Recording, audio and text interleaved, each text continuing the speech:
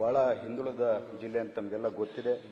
ಆದರೆ ಇಡೀ ಉತ್ತರ ಕರ್ನಾಟಕದಲ್ಲಿ ಅತಿ ಹೆಚ್ಚು ಇಂಡಸ್ಟ್ರಿ ಎಲ್ಲ ಇದೆ ಅಂತಂದ್ರೆ ಅದು ಬಳ್ಳಾರಿ ಜಿಲ್ಲೆಯಲ್ಲಿದೆ ಅಂತ ಹೇಳಕ್ಕೆ ಇಚ್ಛೆ ಪಡ್ತೀನಿ ಅಧ್ಯಕ್ಷರೇ. ಆದರೆ ನಮ್ಮ ಇಷ್ಟು ಬಳ್ಳಾರಿ ಜಿಲ್ಲೆಯಲ್ಲಿ ಇಷ್ಟು ದೊಡ್ಡ ಮಟ್ಟದಲ್ಲಿ ಇಂಡಸ್ಟ್ರಿ ಇದ್ರೂ ನಮ್ಮ ಜಿಲ್ಲೆಯ ಜನತೆಗೆ, ನಮ್ಮ ಹುಡುಗರಿಗೆ ಅಲ್ಲಿ ಜಾಬ್ಗಳು ಸಿಗ್ತಾ ಇಲ್ಲ. ಈಗ ಸರ್ಕಾರಕ್ಕೆ ನಾವು ಪ್ರಶ್ನೆ ಕೇಳಿದಾಗ ಗ್ರೂಪ್ ಎ ಅಲ್ಲಿ 65% ಕೊಟ್ಟಿದ್ವಿ, ಗ್ರೂಪ್ ಬಿ ಯಲ್ಲಿ 80% ಕೊಟ್ಟಿದ್ವಿ, ಗ್ರೂಪ್ ಸಿ ಯಲ್ಲಿ 100% ಕೊಟ್ಟಿದ್ವಿ, ಗ್ರೂಪ್ ಡಿ ಯಲ್ಲಿ 100% ಕೊಟ್ಟಿದ್ವಿ ಅಂತೇಳಿ ಸರ್ಕಾರ ನಮ್ಗೆ ಹೇಳುತ್ತೆ. ಈ ಅಂಕಿಅಂಶಗಳು ಕರೆಕ್ಟ್ ಆಗಿದ್ರೆ ನಮ್ಮ ಮಕ್ಕಳು ಬೀದಿಯಲ್ಲಿ ಯಾಕೆ ಅಳಿಸಿದ್ರು ಅಂತ ಕೇಳಲಿಕ್ಕೆ ಇಚ್ಛೆ ಪಡ್ತೀನಿ ಅಧ್ಯಕ್ಷರೇ. ನಮ್ಮ ಮಕ್ಕಳು ಬೆಂಗಳೂರು ಇನ್ನೊಂದು ಕಡೆ ಹೋದಾಗ ಅಲ್ಲಿ ಎಲ್ಲನ ಸಿಗ್ನಲ್ ಲೈಟ್ ಅಲ್ಲಿ ನಿಂತಾಗ ನಮ್ಮ ಬಳ್ಳಾರಿ ಜನತೆನೋ ಕೊಪ್ಪಳ ಜನತೆನೋ ಬಂದು ಅಣ್ಣ ನಾನು ನಿಮ್ಮ ಜಿಲ್ಲೆಗೆ ಸೇರ್ದನಂತ ಮಾತಾಡಿದಾಗ ನಮಗೆ ಕಣ್ಣಲ್ಲಿ ನೀರು ಬರುತ್ತೆ ಅಧ್ಯಕ್ಷರೇ. ಯಾಕಂದ್ರೆ ನಮ್ಮ ಮಕ್ಕಳು ಎಲ್ಲೋ ಬಳ್ಳಾರಿಯಲ್ಲಿ ಇಷ್ಟು ಇಂಡಸ್ಟ್ರಿ ಇದ್ರು ಅಲ್ಲಿ ಅವಕಾಶ ವಂಚಿತರಾಗಿ ನಮ್ಮ ಮಕ್ಕಳಲ್ಲಿ ಬೆಂಗಳೂರಲ್ಲೋ ಇನ್ನೊಂದು ಕಡೆನೋ ಡೆಲಿವರಿ ಬಾಯ್ನೋ ಇನ್ನೊಂದು ರೀತಿಯಲ್ಲಿ ಕೆಲಸ ಮಾಡ್ಬೇಕಲ್ಲ ಅಂತೇಳಿ ನಮಗೆ ನೋವಾಗುತ್ತೆ, ನಮಗೆ ನಾಚೆ ಆಗುತ್ತೆ ಅಧ್ಯಕ್ಷರೇ.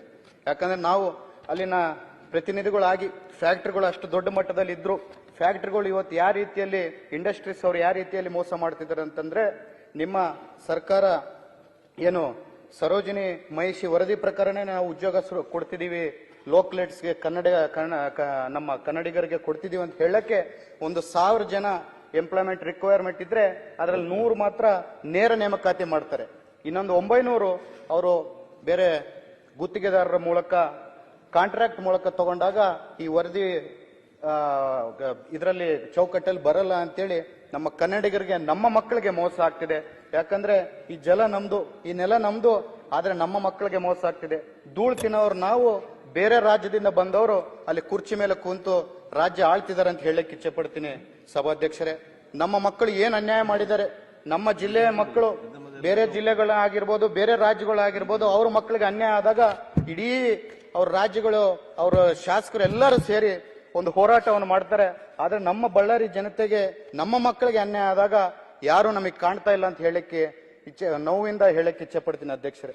ನೀವು ತಕ್ಷಣವಾಗಿ ಈ ಫ್ಯಾಕ್ಟರಿಗಳಾಗಿರ್ಬೋದು, ಇಂಡಸ್ಟ್ರಿ ಅವರಾಗಿರ್ಬೋದು, ಈ ತಪ್ಪು ಮಾಹಿತಿಯನ್ನು ಏನು ಕೊಟ್ಟಿದ್ದಾರೆ ದಯಮಾಡಿ ಸರ್ಕಾರ ಒಂದು ಕಮಿಟಿಯನ್ನು ಮಾಡಿ, ಇದು ಕನ್ನಡಕ್ಕೋಸ್ಕರ, ಕನ್ನಡಿಗರಿಗೋಸ್ಕರ, ನಮ್ಮ ಜಲ, ನಮ್ಮ ನೆಲ ಹಕ್ಕಕ್ಕೋಸ್ಕರ ನಾನು ಕೇಳ್ತಿದ್ದೀನಿ ಸಭಾಧ್ಯಕ್ಷರೇ.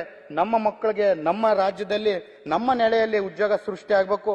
ಅಲ್ಲೆಲ್ಲೋ ದೂರದಾಗ ಹೋಗಿ ನಮ್ಮ ಮಕ್ಕಳು ಬೇರೆಯವ್ರ ಕೆಳಗೆ ಕೆಲಸ ಮಾಡ ಅಷ್ಟು ದೌರ್ಭಾಗ್ಯ ನಮಗೆ ಬೇಕಿಲ್ಲ ಅಂತ ಹೇಳಿ ನಾನು ತಮ್ಮ ಮೂಲಕ ಸರ್ಕಾರಕ್ಕೆ ಮನವಿ ಮಾಡ್ತಿದ್ದೀನಿ ಅಧ್ಯಕ್ಷರೇ. ಅದರ ಜೊತೆಗೆ ನನ್ನ ಕ್ಷೇತ್ರದಲ್ಲಿ ಒಂದು KEB ಇಶ್ಯೂ ಇದೆ ಅಧ್ಯಕ್ಷರೇ. ಏನದು ಇಶ್ಯೂ ಅಂತಂದ್ರೆ, ನಂದು 90% ಸ್ಲಮ್ ನಾನು ಬಳ್ಳಾರಿ ಕ್ಷೇತ್ರ ಅಂತ ಹೇಳಕ್ ಇಚ್ಛೆ ಪಡ್ತೀನಿ ಅಧ್ಯಕ್ಷರೇ. ಅದರಲ್ಲಿ ಬಹಳಷ್ಟು ಮಂದಿ ಹಳೆಯ ಬಿಲ್ಗಳು ಪೆಂಡಿಂಗ್ ಇದ್ದು ಸ್ಲಮ್ ಅಲ್ಲಿ ಜನತೆಗೆ ಇವತ್ತು ಅವ್ರ ಬಿಲ್ಗಳೆಲ್ಲ ಬಡ್ಡಿ ಮೂಲಕ 70,000 80,000 ರೂಪಾಯಿ ಆಗ್ಬಿಟ್ಟಿದೆ ಸಭಾಧ್ಯಕ್ಷರೇ. ಅದು ಇವತ್ತು ಆ ಬಡ ಜನರು ಕಟ್ಟಕ್ಕೂ ಆಗ್ತಾ ಇಲ್ಲ. ಆ ಬಡ ಜನರು ಕಟ್ಟಕ್ ಆಗದಂಗೆ ಎಲ್ಲರೂ ಅವ್ರ KEB ಅವರು ಅವ್ರ ಮನೆ ಮುಂದೆ ಹೋಗಿ ಅವ್ರ ಮೀಟರ್ಗಳನ್ನ ಕಿತ್ಕೊಂಡು ಹೋದಾಗ ಆ ಸ್ಲಮ್ ಅಲ್ಲಿ ಜನರು ಕತ್ಲಲ್ಲಿ ಮಲಗ ಪರಿಸ್ಥಿತಿ ಬಂದಿದೆ. ಅದಕ್ಕೋಸ್ಕರ ಒಂದು ಅದಾಲತ್ತನ್ನು ಮಾಡಿ, ತಾವೆಲ್ಲರೂ ಸರ್ಕಾರದವರು, ಜಾರ್ಜ್ ಸಾಹೇಬ್ರು ಇಲ್ಲೇ ಇದ್ದಾರೆ, ಒಂದು ಅದಾಲತ್ತನ್ನು ಮಾಡಿ ಆ ಬಡ್ಡಿ ಏನಿದೆ ಅದನ್ನೆಲ್ಲ ಮನ್ನಾ ಮಾಡಿ ನಮ್ಮ ಜನತೆಗೆ ಅಸಲು ಏನಿದೆ ಅದರಲ್ಲಿ ಒಂದು ಟೈಮ್ ಕೊಟ್ರೆ ಒಂದು 6 ತಿಂಗಳಿಂದ 1 ವರ್ಷದಲ್ಲಿ ಅದನ್ನ ಅವ್ರ ಬಿಲ್ ಅನ್ನು ಪಾವತಿ ಮಾಡ್ಕೊಂತಾರೆ. ದಯಮಾಡಿ ಅಷ್ಟುವರೆಗೆ ಆ ಮೀಟರ್ಗಳನ್ನ ಕಿತ್ಕೊಂಡು ಹೋಗಿ ನಮ್ಮ ಜನತೆಗೆ, ಆ ಬಡ ಜನತೆಗೆ ತೊಂದರೆ ಮಾಡಬೇಡ್ರಿ ಅಂತ ಕೇಳ್ಕೊಂತೀನಿ ಸಭಾಧ್ಯಕ್ಷರೇ.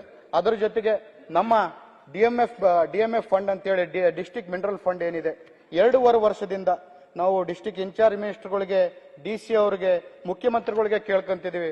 ಒಂದು ರಿವ್ಯೂ ಮೀಟಿಂಗ್ ಮಾಡ್ತಾ ಇಲ್ಲ. ಒಂದು ಮೀಟಿಂಗ್ ಅನ್ನು ಮಾಡಿದ್ರೆ ನಮ್ಮ ರಾಜ್ಯ ಸರ್ಕಾರದಿಂದ ನಮ್ ದುಡ್ಡೇನು ಅವಶ್ಯಕತೆ ಇಲ್ಲ. ನಮ್ಮ ಜಿಲ್ಲೆಯಿಂದ, ನಮ್ಮ ಖನಿಜದಿಂದ ನಮಗೆ ಉತ್ಪತ್ತಿ ಆದಂತ ದುಡ್ಡಲ್ಲಿ ಪ್ರತಿ ಕ್ಷೇತ್ರಕ್ಕೆ, ಬಳ್ಳಾರಿ ನಗರಕ್ಕೆ ಒಂದು 200 ಕೋಟಿ, ಬಳ್ಳಾರಿ ಗ್ರಾಮೀಣಕ್ಕೆ ಒಂದು 200 ಕೋಟಿ, ಕಂಪ್ಲಿಗೆ ಒಂದು 200 ಕೋಟಿ, ಇಡೀ ಜಿಲ್ಲೆದೆ ಪ್ರತಿಯೊಂದು ಕಾನ್ಸ್ಟಿಟ್ಯೂನ್ಸಿಗೆ ಒಂದು 200 ಕೋಟಿ ಅನುದಾನ ಬರುತ್ತೆ. ನಮ್ಮ ಹತ್ರ ಅನುದಾನ ಇದ್ರು ಅದನ್ನು ಮುಂದೆ ತಗೊಂಡೋಗಿ, ಯಾಕಂದ್ರೆ ನಾವು ಉತ್ತರ ಕರ್ನಾಟಕದವರು, ನಮ್ಮ ಪರವಾಗಿ ಮಾತಾಡೋರು ಯಾರಿಲ್ಲ. ಅದೇ ಈ ಅನ್ಯಾಯ ಮೈಸೂರು, ಬೆಂಗಳೂರಿಗೂ ನಡೆದಿದ್ರೆ ಇಡೀ ಸದನದಲ್ಲಿ ದೊಡ್ಡ ಗದ್ದಲ ಆಗ್ತಿತ್ತು. ಆದ್ರೆ ನಮ್ಮ ಉತ್ತರ ಕರ್ನಾಟಕದವರು, ಹಿಂದುಳಿದವರು, ಇವ್ರು ಯಾವತ್ತು ಏನು ಮಾತಾಡಕ್ಕಾಗಲ್ಲ.